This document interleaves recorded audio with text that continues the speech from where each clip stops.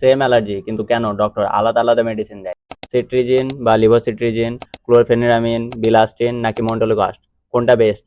আসো আজকে ক্লিয়ার করে দিচ্ছি। প্রথমে বোঝো ক্লোরফেনিরামিন। এটি ফার্স্ট জেনারেশন অ্যান্টিহিস্টামিনিক ড্রাগ। ব্রেনে এটি ইজিলি ঢোকে, তাই এটি খাওয়ার পরে ঘুম আসে। এটার ইউজ করা হয় কোল্ড এবং অ্যাকিউট অ্যালার্জিতে। ড্রাইভার এবং এলডারলি পেশেন্টের ক্ষেত্রে এটি অ্যাভয়েড করা হয়। এবার বোঝো সিট্রিজিন বা লিভোসিট্রিজিন। দুটোই second generation antihistaminic drug. Cetirizine ব্রেনে হালকা ঢোকে, তাই কম ঘুম আসে। তাই এটি অ্যালার্জি এবং আর্টিকারিয়াতে দেওয়া হয়। অন্যদিকে লিভোসিট্রিজিন হচ্ছে সিট্রিজিনের ইমপ্রুভ ভার্সন, আর এটি বেশি ইফেক্টিভ। সিট্রিজিনের তুলনায় অল্প ডোজেই কাজ করে।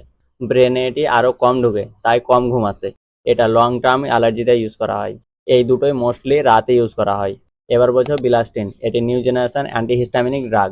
এটি ব্রেনে অলমোস্ট ঢোকে না, তাই ঘুম আনে না। এটা ডে টাইম ইউজ করা যায়, খেয়েও দিনের বেলা কাজ করা যায়, কিন্তু এটি খালি পেটে খেতে হয়। ড্রাইভারদের ক্ষেত্রে এটি সেফেস্ট। এবার বোঝো মন্টেলুকাস্ট। এটি অ্যান্টিহিস্টামিনিক না, এটা লিউকোট্রাইন রিসেপ্টরকে ব্লক করে। এটার ইউজ অ্যাস্থমা মানে হাঁপানি প্লাস অ্যালার্জি। এদের মধ্যে তোমরা কোনটা মোস্ট কমনলি ইউজ করো? কমেন্টে জানাও।